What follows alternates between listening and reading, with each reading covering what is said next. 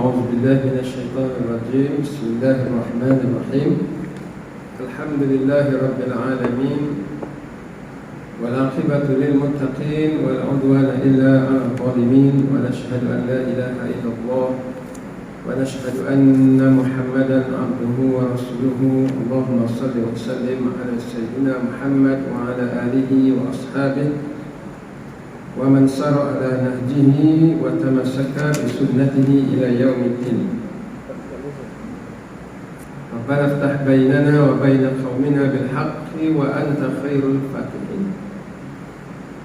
Tuan dan perempuan yang dimuliakan, pada kuliah-kuliah yang lalu, dalam kuliah sirah kita membincangkan berkenaan dengan peristiwa hijrah yang sangat penting yang berlaku di zaman Nabi SAW. Pentingnya peristiwa hijrah ini sehinggakan ianya dipilih oleh Sayyidina Umar Al-Khattab setelah wafatnya Nabi SAW.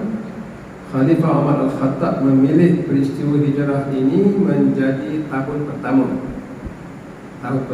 kalender Islam, dan tidak memilih tahun-tahun yang lain. Boleh saja Sayyidina Umar memilih tahun di mana Nabi kita lahir, ataupun tahun di mana Nabi kita menerima wahyu yang pertama pada tahun 500 pada tahun 610 Masihi. Boleh Sayyidina Umar memilih tahun Nabi kita lahir pada tahun 570 ataupun 571 Masihi sebagai tahun 1 kalender Islam. Ataupun boleh saja Sayyidina Umar Al-Khattab memilih tahun di mana Nabi SAW yang kita cintai, yang beliau cintai, wafat, iaitu pada tahun 672 Masihi ataupun Miladi. Tetapi kenapa tahun-tahun yang berkaitan dengan Nabi SAW ini tidak dipilih oleh Sayyidina Umar Al-Khattab dan para sahabat? Kerana ada peristiwa yang juga turut besar, iaitu peristiwa hijrah Rasulullah SAW berhijrah daripada Mekah ke Madinah. Kerana peristiwa Nabi kita lahir atau Nabi kita diutuskan menjadi Rasul ataupun Nabi kita wafat, ia banyak berkaitan dengan peribadi Rasulullah SAW. Tetapi peristiwa hijrah ia berkait dengan risalah yang dibawa oleh Nabi SAW. Dan risalah yang dibawa oleh Nabi SAW ini akan berkekalan sehingga ke hari kiamat.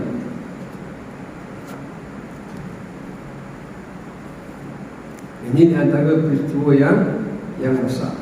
Dan kerana hijrah, kerana menegakkan negara Islam dan melaksanakan sistem Islam, kerana itu Nabi kita SAW diutuskan. Wa ma arsalnaka illa rahmatan lil alamin. Kami tidak utuskan kamu wahai Muhammad melainkan sebagai rahmat kepada seluruh alam, kepada seluruh dunia. Jadi ini menunjukkan peristiwa hijrah ini merupakan peristiwa yang sangat besar. Dan kita mengharapkan masyarakat kita memahami dan mengambil pengajaran yang besar daripada peristiwa hijrah ini.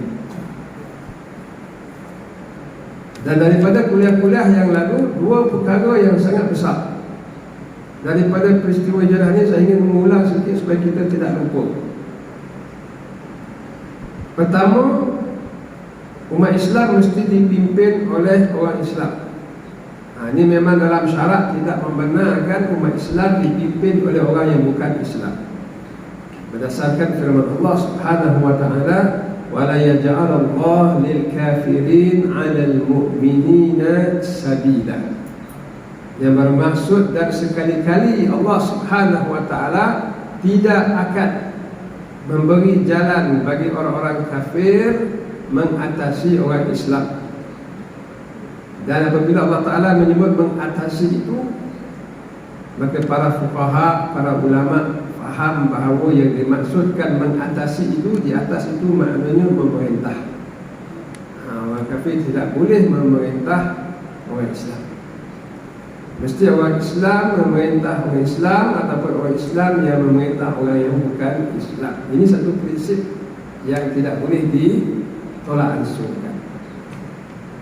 Dan berdasarkan prinsip ini juga, bagi setengah pandangan ulama mengikut ayat Al-Quran, wanita ahlul kitab boleh dikahwini oleh lelaki Islam, tetapi wanita Islam tidak boleh dibenarkan mengahwini lelaki ahlul kitab. Sebab kalau dia kahwin lelaki ahlul kitab, maka dia orang kafir berada di atas orang wanita. Sebab ar-rijal qawwamuna 'alal nisa. Lelaki adalah pemimpin bagi kaum wanita, maka tidak dibenarkan oleh syarak lelaki Kristian menikahi wanita Islam. Itu prinsip yang pertama. Oleh sebab itu Nabi hijrah. Kita jangan lupa. Kerana itulah Nabi SAW hijrah. Dan musyrikin Mekah juga memahami perkara ini. Sebab itu sama ada mereka memerangi dakwah Nabi SAW siang dan malam. Mereka memusuhi dakwah Nabi, tidak bagi berkembang. Mereka boikot 3 tahun, tak bagi orang Islam makan, sehinggalah orang Islam kembali balik kepada agama mereka. Mereka seksa sebahagian daripada orang Islam yang lemah. Mereka memfitnah Nabi dan sebagainya. Mereka tahu bahawa sekiranya mereka membiarkan dakwah Nabi SAW ini, maka satu hari Nabi akan memerintah mereka. Sebab mereka tahu agama yang benar yang dibawa oleh Rasulullah SAW, iaitu Islam, tidak akan membenarkan sebarang orang yang tidak beriman memimpin orang-orang yang beriman. Itu prinsip yang pertama. Prinsip yang kedua, kenapa Nabi SAW berhijrah adalah kerana untuk menegakkan sebuah negara Islam. Dan negara Islam ini ciri-cirinya adalah diperintah oleh orang Islam seperti mana yang disebut tadi, dan yang keduanya melaksanakan hukum hakam Allah Subhanahu wa Ta'ala yang mengatur kehidupan manusia ini selari dengan Al-Quran dan Al-Hadis. Inilah dua prinsip yang ditekankan dalam peristiwa hijrah. Dan kerana dua prinsip inilah Rasulullah SAW berhijrah. Prinsip yang pertama, kepimpinan Islam ataupun dipanggil as-siyadah. Dan prinsip yang kedua adalah pelaksanaan hukum hakam Islam, itu dipanggil al-hukmu. Al-hukmu, iaitu pemerintahan dan pelaksanaan sistem Islam. Dan kita kaitkan peristiwa hijrah ini dengan sambutan kemerdekaan yang kita sambut pada 31 Ogos yang lalu. Kenapa berlakunya perjuangan memerdekakan tanah air? Sebab sebahagian, kita kena ingat kalau kita tengok sejarah, sebahagian daripada orang Islam setelah diperintah oleh British selama 100 tahun lebih, dan sebelum itu Portugis, dan sebelum itu Belanda, kemudian sebelum itu Portugis, kita jangan lupa sebahagian daripada orang kita telah rasa seronok dengan pemerintahan British ini. Cuba kita tengok balik, baca balik sejarah.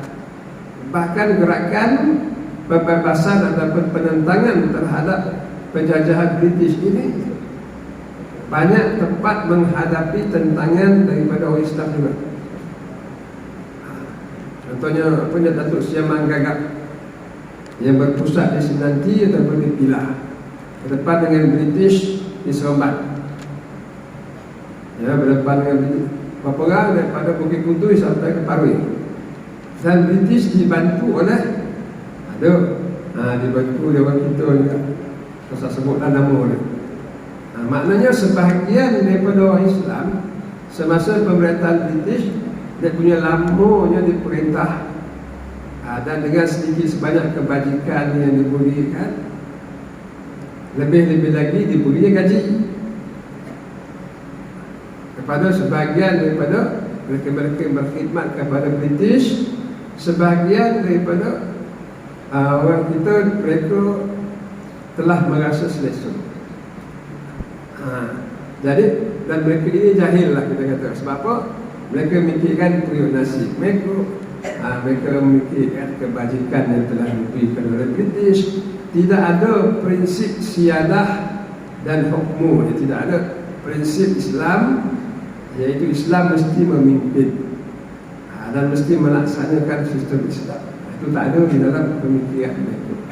Tetapi penentangan yang berlaku adalah daripada mereka yang memahami prinsip hijrah yang kita bicarakan pada kali ini.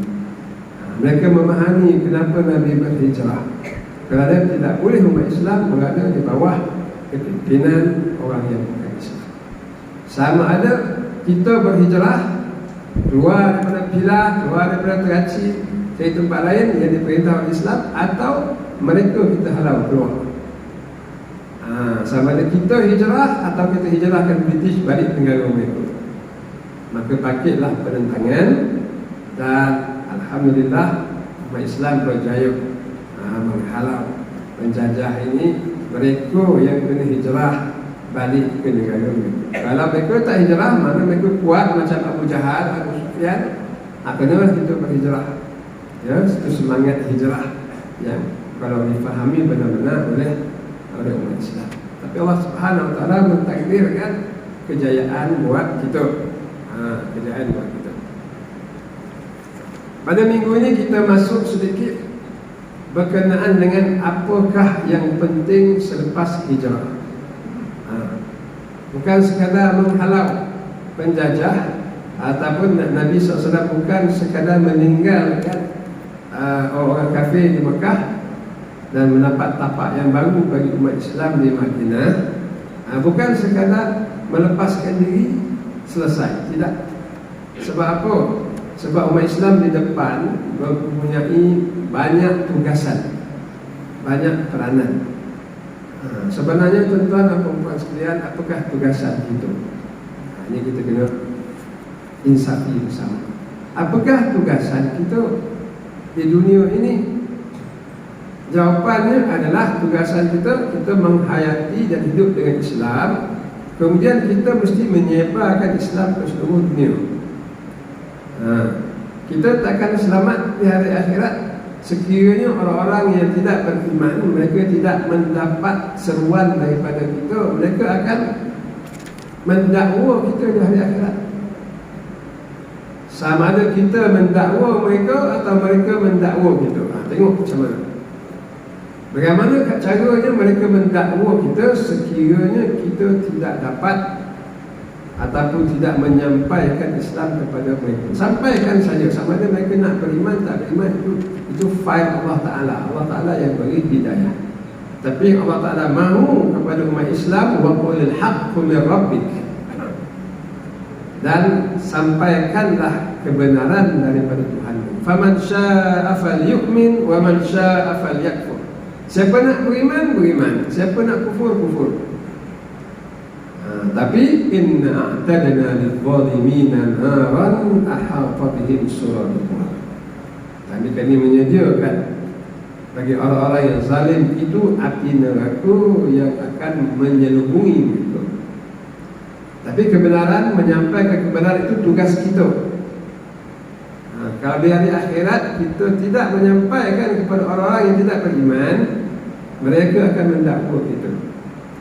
Tetapi sekiranya kita telah menyampaikan dalam apa sahaja bentuk, maka kita mendakwa mereka.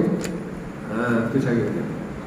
Dan ini Allah Subhanahu Wa Taala firmankan, ya ayyuhalladzina amanu ruk'u wasjudu wa'budu rabbakum waf'alul khair la'allakum tuflihun. Wahai orang-orang yang beriman, rukuklah kamu. Alhamdulillah malam ini kita rukuk salat kan. Wasjudu, sujudlah kamu.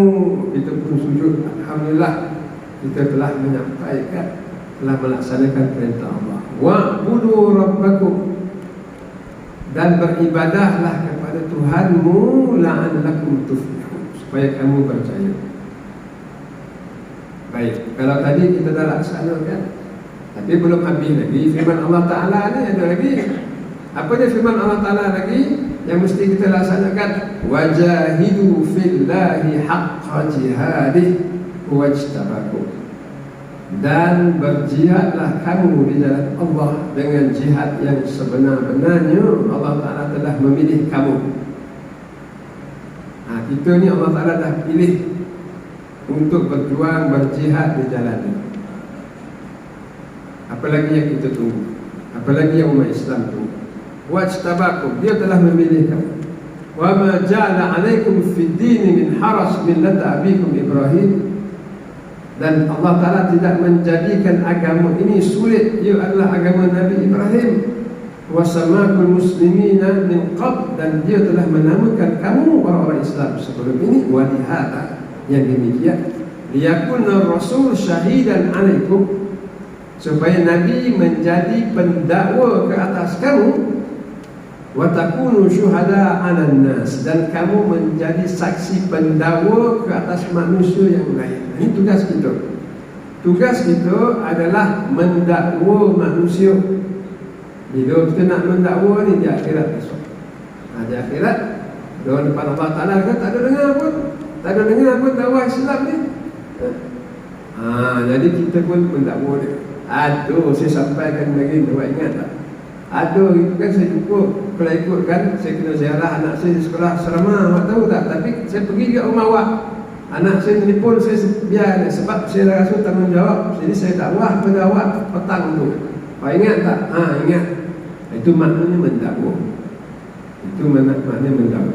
Dan mendakwa ini hanya boleh kita lakukan sekiranya di dunia ini kita berdakwah pada mereka. Jadi hari akhirat kita boleh dakwah. Tapi sekiranya di dunia ini kita tidak berdakwah, kita tidak menyampaikan kebenaran, di hari akhirat besok, bila mereka berkata dengan Allah Ta'ala, tak ada dengar pun dakwahnya. Ada nampak orang Islam tapi tak ada pula dia cakap apa-apa. Kita nak dakwah macam mana? Kita tak dapat nak mendakwa mereka, mereka mendakwa kita. Sebab itu tugas umat Islam adalah menyampaikan Islam ini kepada manusia. Jadi bila berlaku peristiwa hijrah, Rasulullah SAW selepas peristiwa hijrah di Madinah ini, tugas Nabi kepada manusia seluruh dunia sangat berat. Lebih berat daripada sebelum hijrah. Sebelum hijrah kita dengar orang Islam kena seksa.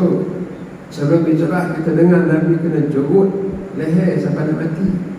Dan berbagai-bagai lagi penindasan. Kita merasakan bahawa di Mekah ni itulah sesulit-sulit, sesusah-susah hidup Nabi.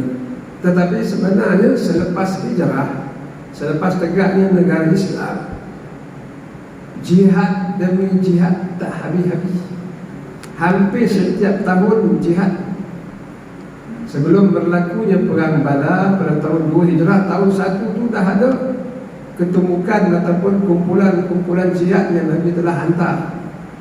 Berjihad ke sana, berjihad ke sini dan sebagainya. Perang Badar ni masyhur kerana Nabi sendiri yang terlibat. Dan yang terbunuh pula pemimpin-pemimpin Quraisy yang begitu ramai, Abu Jahal dan sebagainya.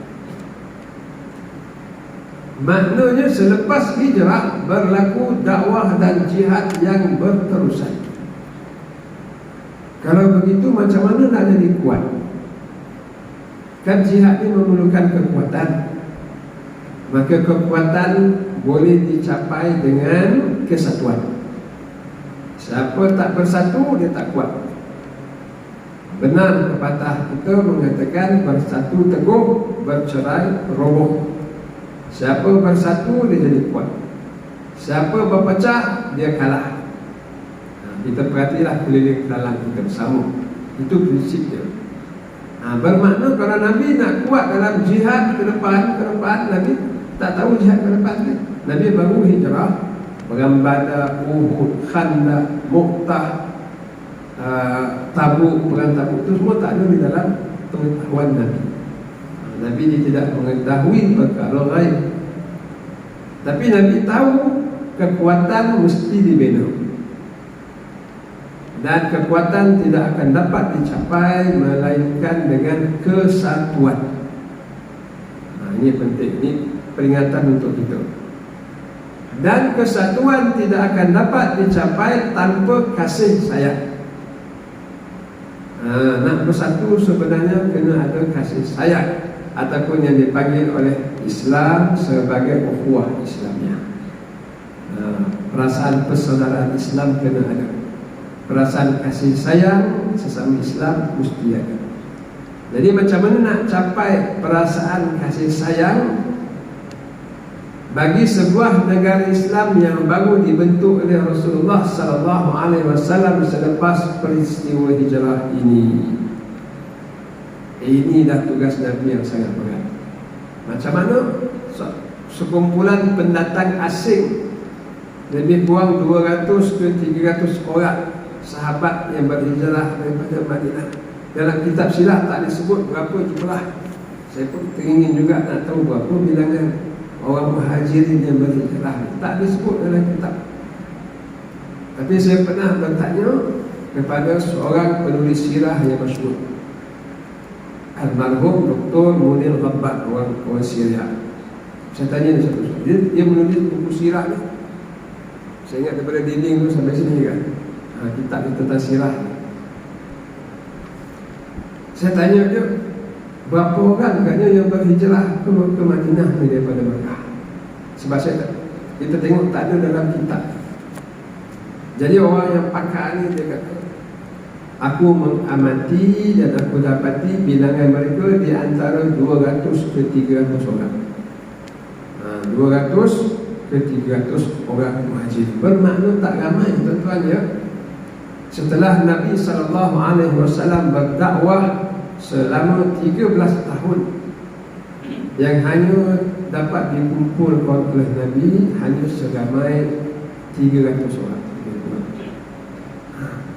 Tapi ketika hijrah, Islam telah pun dihantar ke Madinah, telah menjadi Islam lebih kurang 2 ke 3 tahun. Bilangan mereka dah sampai, saya boleh anggarkan ribuan.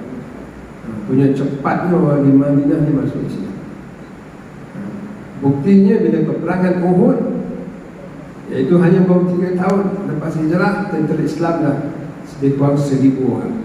Kalau tentera 1,000, kanak-kanak di rumah, orang wanita, orang tua dan sebagainya, boleh dia beberapa ribu orang. Ini bermakna penduduk Madinah ramai yang masuk Islam. Jadi apa yang Nabi nak buat? Ke depan jihad akan berlaku demi jihad. Umat Islam mesti kuat. Nak kuat mesti bersatu. Nak bersatu mesti berkasih sayang dan bersaudara-persaudaraan Islam. Maka yang Nabi lakukan adalah, ini contoh yang sangat hebat yang perlu kita ambil pelajaran, iaitu Nabi mempersaudarakan di antara muhajirin dan ansar. Dan kita kena ingat mereka tidak pernah bertemu. Tak pernah bertemu sebelum ini. Orang Mekah ditindas dan sebagainya, manalah kesempatan nak pergi Madinah. Orang Madinah pula datang ke Mekah buat haji. Buat haji pun jumpa Nabi. Dan juga jumpa mungkin seorang dua sahabat. Lain semua mereka tak pernah kenal sebelum ini. Tapi yang mereka tahu bahawa di sana ada Rasulullah, dan mereka telah didakwahkan di negara mereka di Madinah ini, dan disebut nama Nabi Rasulullah. Mereka dengar nanti pun rasa itu sayang kepada Nabi, dan kepesan kepada rombongan haji mereka beberapa tahun sebelum itu, buat perjanjian dengan Nabi. Setahun sebelum hijrah, buat perjanjian dengan Nabi, datang ke Madinah, dan mereka laksanakan. Akhirnya Nabi berhijrah. Jadi Nabi hendak mengeratkan hubungan di antara 300 orang ataupun 200 ke 300 orang muhajirin ini, supaya bersaudara dan berkasih sayang dengan orang-orang Madinah yang mereka tidak pernah jumpa sebelum ini. Boleh tak kita buat seperti itu? Orang datang hijrah kerana Islam, kerana ditindas di tempat mereka, dan mereka orang yang baik-baik. Muhajirin itu memang orang syurga lah, kita kata, radhiyallahu anhum wa radu anhu. Kita tak ada nak bandingkan sekarang lah. Kadang-kadang ada orang yang tak elok. Katalah ditakdirkan orang muhajirin ataupun orang umat Islam yang hampir taraf dengan muhajirin, kalau ada datang mendarat di Palestin. Datang mendarat di Palestin sehelai sepinggang 300 orang. Mana sombang yang boleh ajak mereka memang datang duduk rumah saya? Tak usah risau. Tak usah risau duit, tak usah risau pakai, tak usah risau. Mari duduk di rumah saya. Bukan duduk tumpang saja, duduk terus. Mampu ataupun tidak, kita mencontohi sahabat-sahabat Nabi SAW. Bahkan Nabi SAW pergi lebih jauh daripada itu. Apakah yang dilakukan oleh Nabi? Yaitu mempersaudarakan. Bila sebut perkataan mempersaudarakan, mu'akhah dalam bahasa Arab, terjemahan kita ini mempersaudarakan. Sebenarnya ada perkataan yang lebih tepat. Bila Allah Ta'ala kata innamal mu'minuna ikhwah, sesungguhnya orang-orang yang beriman itu ikhwah. Ikhwah ni maksudnya adik-beradik, tapi banyak diterjemahkan sebagai orang beriman ini bersaudara. Bersaudara dalam bahasa kita kurabah, kerabat. Kerabat ni maknanya dekat. Kurabah itu saudara. Tapi kalau ikhwah, adik-beradik. Kalau Arab tanya kita, kam ikhwah indak, berapa adik-beradik kau? Itu pun jawab sitah, ada 6 orang. Jadi ikhwah ni maknanya adik-beradik. Sesungguhnya orang yang beriman itu adik-beradik.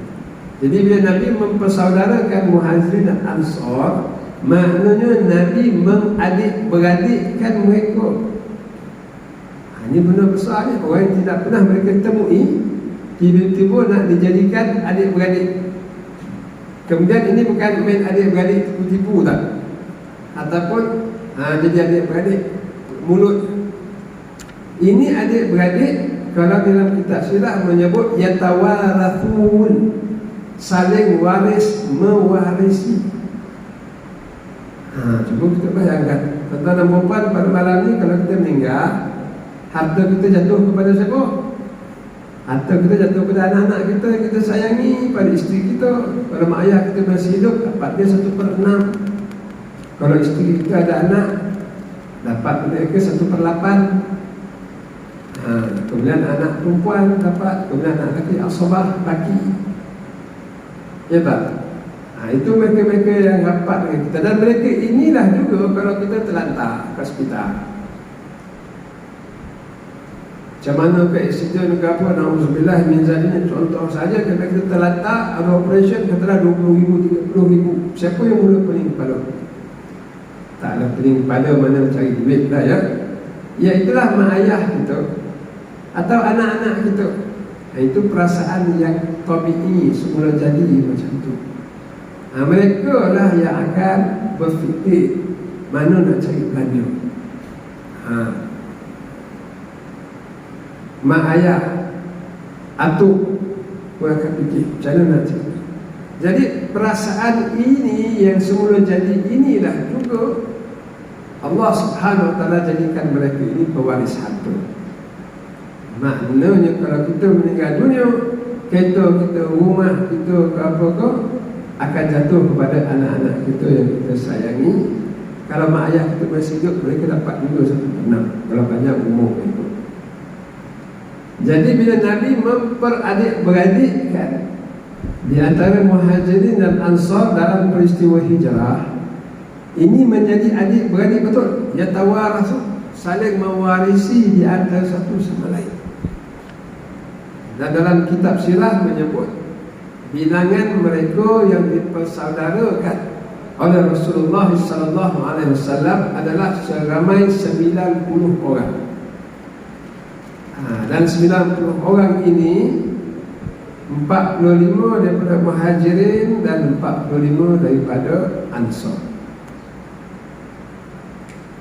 Kalau kita kira tuan-tuan dan perempuan pada malam ni pun lebih kurang 40 orang adalah 45.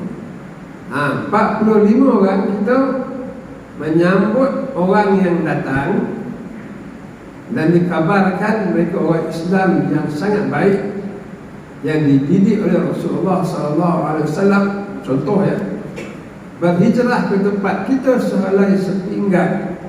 Siapakah seorang ambil jadi adik-beradik. Kemudian bukan adik-beradik macam tu je. Kalau kita dah jadi ni, minggu depan kita meninggal, harta kita jatuh ke tangan dia. Maknanya ini adik-beradik yang benar-benar adik-beradik. Bayangkan.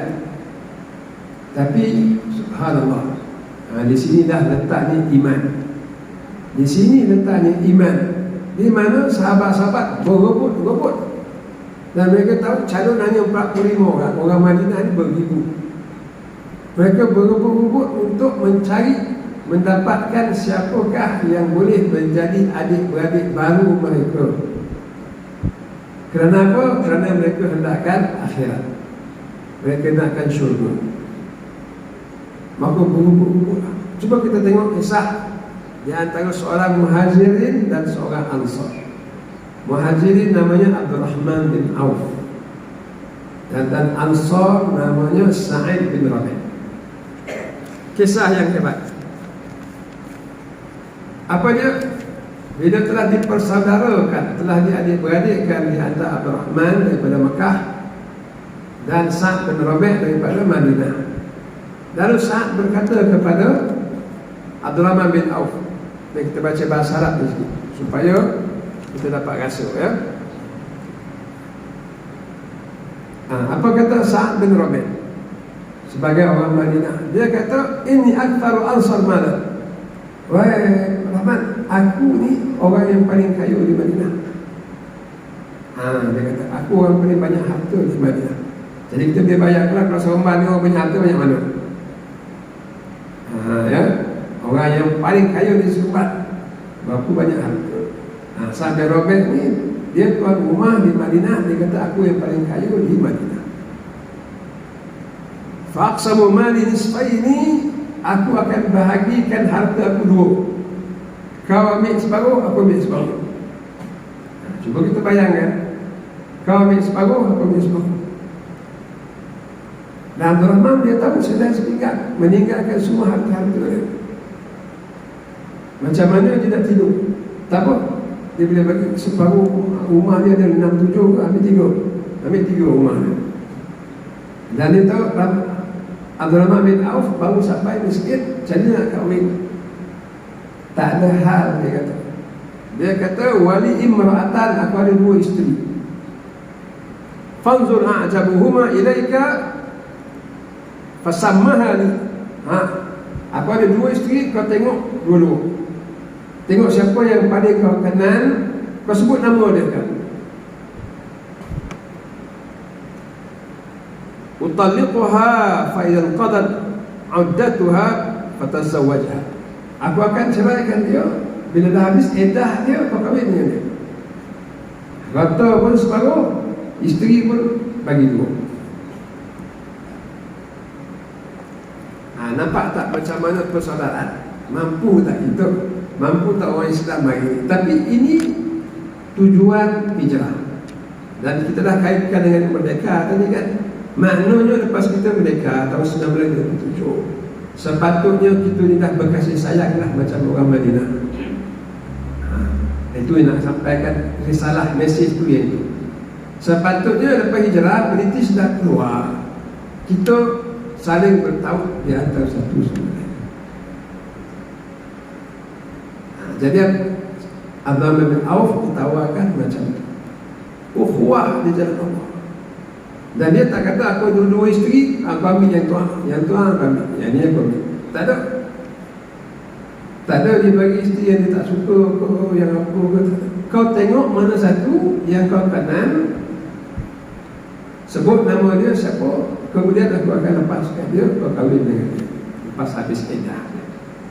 Ini maknanya dia melebihkan saudaranya lebih daripada dirinya sendiri. Ini kelebihan tuan-tuan. Dan Abdurrahman bin Auf pun ukhuwah juga. Dia tak kata, oh kalau itu saya rembat separuh atau saya ambil yang tuan. Tak, dia pun ukhuwah juga. Dia kata apa? Barakallahu fi malik wa ahli. Mudah-mudahan Allah Ta'ala memberkati harta kau dan juga isteri-isteri kau. Tak boleh, tak payah. Kau tunjuk aku pasar kat mana. Abdurrahman bin Auf dia orang berniaga. Dia banyak dah derma pada Nabi di Mekah. Tapi dah macam mana dia tinggalkan harta dia semua sebab nak hijrah. Kau tunjukkan aku pasar kat mana. Nabi ditunjukkan pasar Bani Qainuqa. Maka dia berniaga di situ. Lepas beberapa masa yang pendek, dia dah bersedia untuk kahwin. Ya Rasulullah, ni emas titip mahal untuk aku kahwin. Kemudian sekian dah. Jadi takat tu dah dulu. InsyaAllah kita akan sambung apakah selepas hijrah. Penting. Sebab apa kita nak tahu apakah selepas hijrah? Sebab kita nak jadikan contoh pada kita di sini itu apakah selepas merdeka. Selepas merdeka sepatutnya umat Islam apa? Berkasih sayang. Sepatutnya umat Islam apa? Bersatu. Sepatutnya umat Islam apa? Melaksanakan Islam. Ini sebenarnya rasio dan hikmah dan pengajaran daripada peristiwa hijrah yang boleh kita bawa daripada kisah sirah Nabi kepada zaman kita di tanah air kita. Aqulu qawli hadza wa astaghfirullah al-azim. Wassalamualaikum warahmatullahi wabarakatuh.